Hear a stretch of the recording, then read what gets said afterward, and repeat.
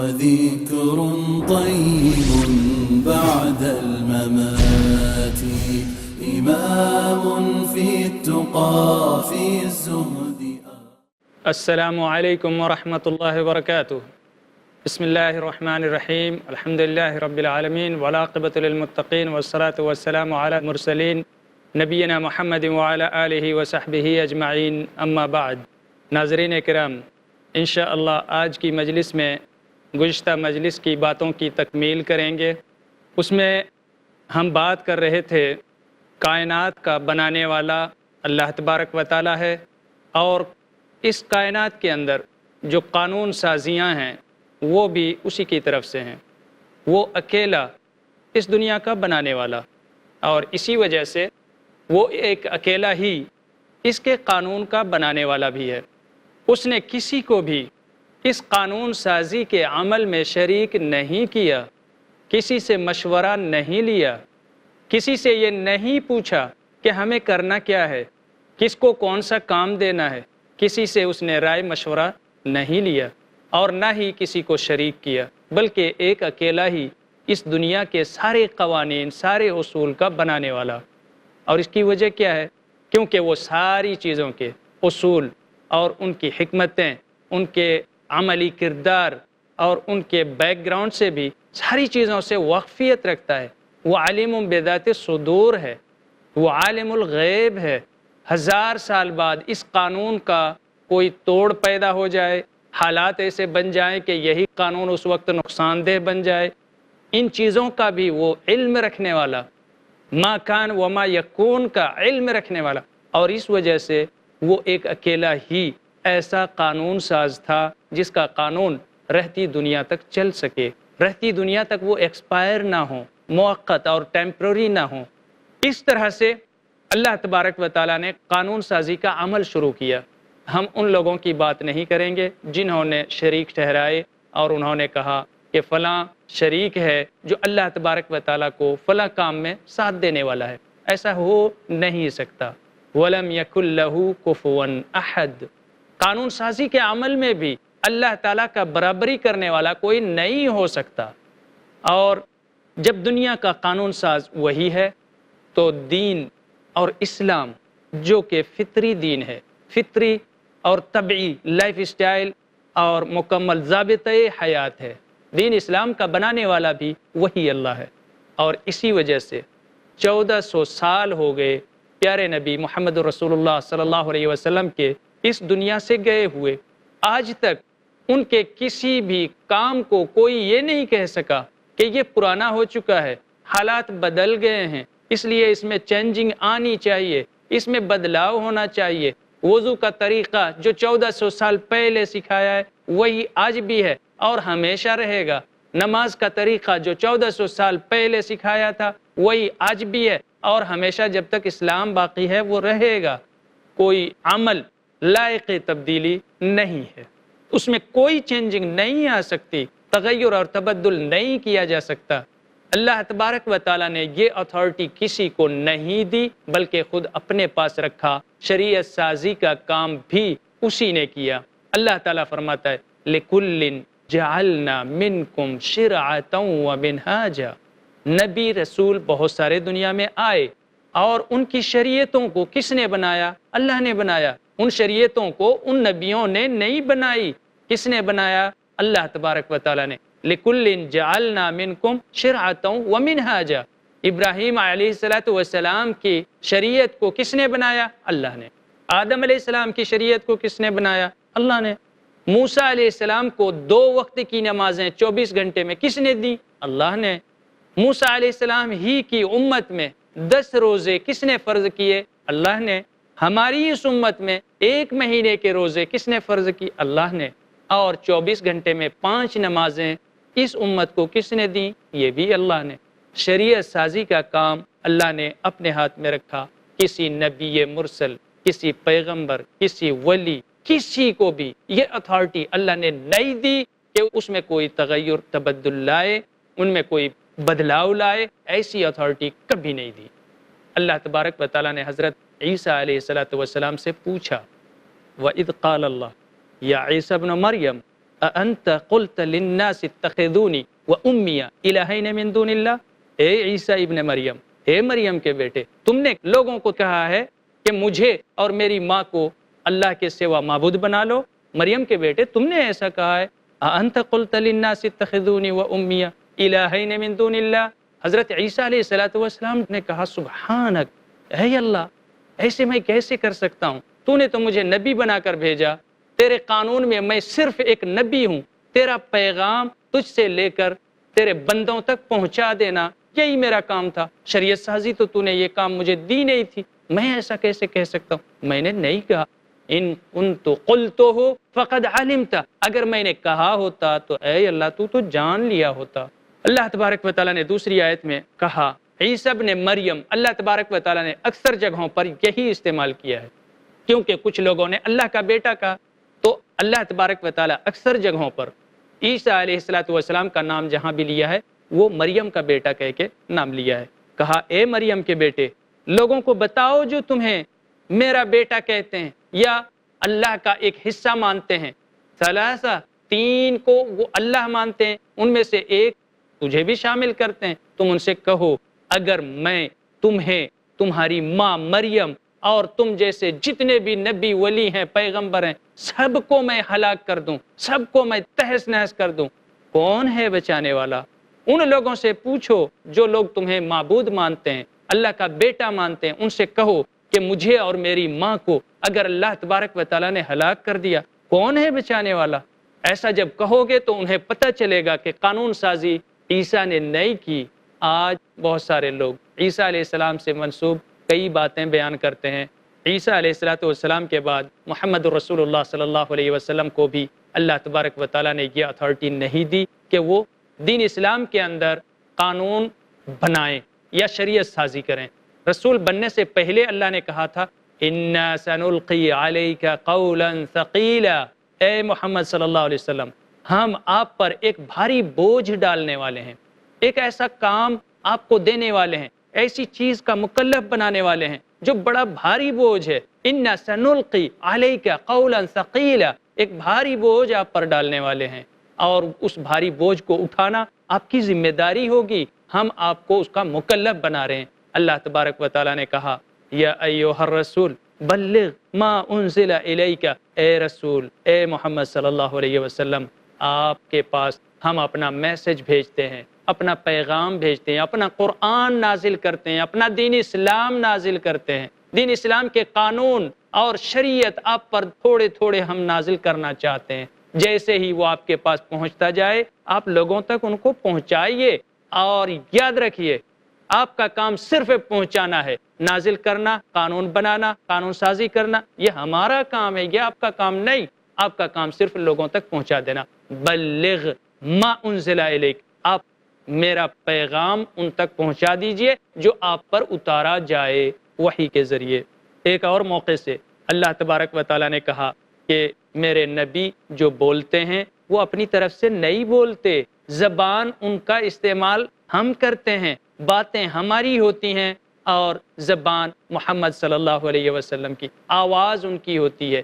اللہ تبارک و تعالیٰ نے کہا وَمَا يَنطِقُ عَنِ الْهَوَىٰ إِنْ هُوَ إِلَّا وَحْيٌ يُوحَىٰ، محمد صلی اللہ علیہ وسلم کبھی بولتے ہی نہیں، بولتے کب ہیں؟ جب اللہ تبارک و تعالیٰ اپنا پیغام بھیجتا ہے، اپنا میسج بھیجتا ہے، وہ اس میسج کو ریسیو کرتے ہیں اور اسے بندوں تک پہنچا دینا، یہ نبی صلی اللہ علیہ وسلم کا کام تھا۔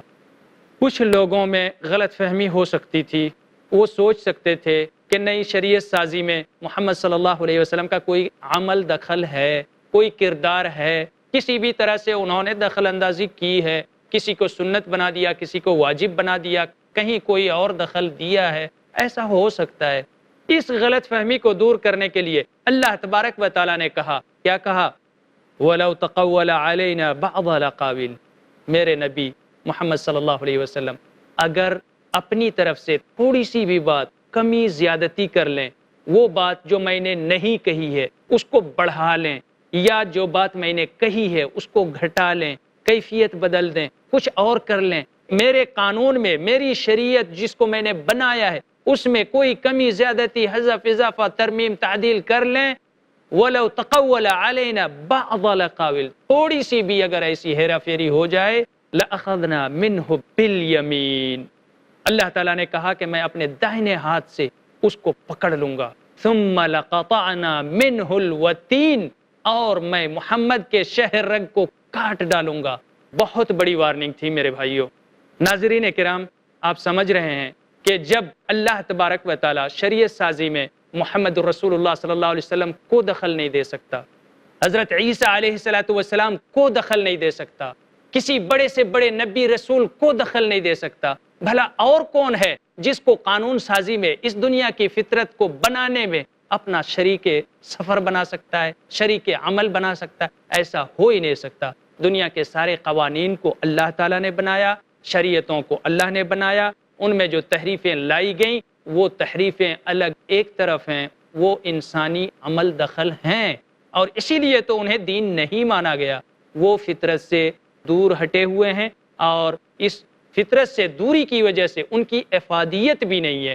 جو چیزیں، جو اصول اس وقت دین سے ہٹی ہوئی ہیں اور لوگوں نے بنائی ہیں، یقیناً آج کے دور میں بھی اس کی افادیت عام لوگوں میں نہیں ہے، کوئی فائدہ نہیں ہے، اور اسی وجہ سے انہیں دین سے دور کرنے، ہٹانے، الگ کرنے کا حکم دیا گیا۔ اللہ کے رسول صلی اللہ علیہ وسلم نے فرمایا، من احدث فی امرنا ھذا ما لیس منہ فہو رد، جس نے ہمارے معاملے میں کسی نئی چیز کا آغاز کیا، اس کا وہ کام قابل رد ہے، وہ قبول نہیں کیا جائے گا۔ ناظرین کرام، وقت ہوا ہے ایک وقفے کا، انشاءاللہ جاری رکھیں گے وقفے کے بعد۔ السلام علیکم ورحمۃ اللہ۔ سمو عن ملاذات الحیات۔ قیامت سے پہلے جانیے شیخ مصطفیٰ اجمل مدنی سے قبل قیامت پیش آنے والے وہ سارے واقعات جن کے بارے میں حدیث نے دیے اشارات، ہر منگل رات 8 بجے صرف i+ TV پر، بہتر زندگی کے لیے۔ جس نے ایک انسان کو قتل کیا اس نے پوری انسانیت کا قتل کیا، اور جس نے ایک انسان کو زندگی دی اس نے پوری انسانیت کو زندگی دی۔ وہ اسلام جو کسی معصوم کے قتل کی اجازت نہیں دیتا، کیا وہ دہشت گردی کی دعوت دے سکتا ہے؟ وہ نبی جس نے کبھی اپنی ذات کے لیے ظالموں سے بدلہ نہیں لیا، کیا وہ اپنے امتیوں کو انسانیت کی تباہی کا پیغام دے سکتا ہے؟ آتنک واد کا ویرودھ، شیخ عبدالحسیب مدنی کے ساتھ، ہر منگل رات 9:30 بجے صرف i+ TV پر، بہتر زندگی کے لیے۔ السلام علیکم ورحمۃ اللہ وبرکاتہ۔ ناظرین، جیسا کہ آپ جانتے ہیں i+ TV پچھلے 2 سالوں سے الحمدللہ مسلسل دین اسلام کی دعوت اور تبلیغ میں لگا ہے، اور امید کرتا ہوں الحمدللہ آپ لوگ اس سے کافی فائدہ اٹھا رہے ہیں، اور جس طرح سے آپ فائدہ اٹھا رہے ہیں ناظرین، کئی اور لوگ ہیں جو اس چینل کے ذریعے فائدہ اٹھا رہے ہیں، اور الحمدللہ جس طرح سے آپ کی زندگی بدلی، ان لوگوں کی زندگی میں بھی تبدیلی آ رہی ہے۔ وہ دین کو سیکھ رہے ہیں، سمجھ رہے ہیں، اور اس پر عمل کرنے کی کوشش کر رہے ہیں۔ کیا آپ نے کبھی سوچا یہ چینل کس طرح سے چلتا ہے؟ اس کے اخراجات کہاں سے آتے ہیں؟ i+ TV ایک فری ٹو ایئر چینل ہے، اور اس کی آمدنی کا کوئی ذریعہ نہیں۔ یہ چینل چلتا ہے صرف اللہ کی مدد اور اس کے بعد آپ لوگوں کے تعاون سے۔ تو میں امید کرتا ہوں اس رمضان اور غیر رمضان آپ اپنی زکوٰۃ اور صدقات i+ TV کو دیں گے، تاکہ یہ چینل جو ہدایت کی بات انسانیت تک پہنچا رہا ہے، وہ لوگ اس بات کو قبول کریں، لوگ اس چینل کو دیکھیں۔ اور ایک بات یاد رکھیں، حدیث میں آتا ہے، نبی اکرم صلی اللہ علیہ وسلم نے فرمایا، جس کا ایک مفہوم ہے کہ جب کوئی انسان کسی کو ہدایت کی طرف بلاتا ہے اور سامنے والا ہدایت کو قبول کر لیتا ہے، پھر وہ اس پر عمل کرتا ہے، تو جتنا عمل کرنے والے کو اجر ملتا ہے اتنا ہی اجر اس کو بلانے والے کو ملتا ہے، اور کرنے والے کے اجر میں سے کمی نہیں کی جاتی۔ تو ایک بہترین اور زرین موقع ہے i+ TV کے ذریعے ہم جو ہے دین کی بات لوگوں تک پہنچائے، تاکہ ان کے کیے گئے اعمال کا اجر انشاءاللہ عزیز ہمیں بھی ملے۔ تو میں امید کرتا ہوں کہ آپ ضرور بھی ضرور اپنی زکوٰۃ و صدقات ہمیں تعاون کریں گے۔ اللہ رب العزت سے میں دعا کرتا ہوں، اللہ رب العزت اس کا آپ کو بہترین بدلہ عطا فرمائیں۔ السلام علیکم ورحمۃ اللہ وبرکاتہ۔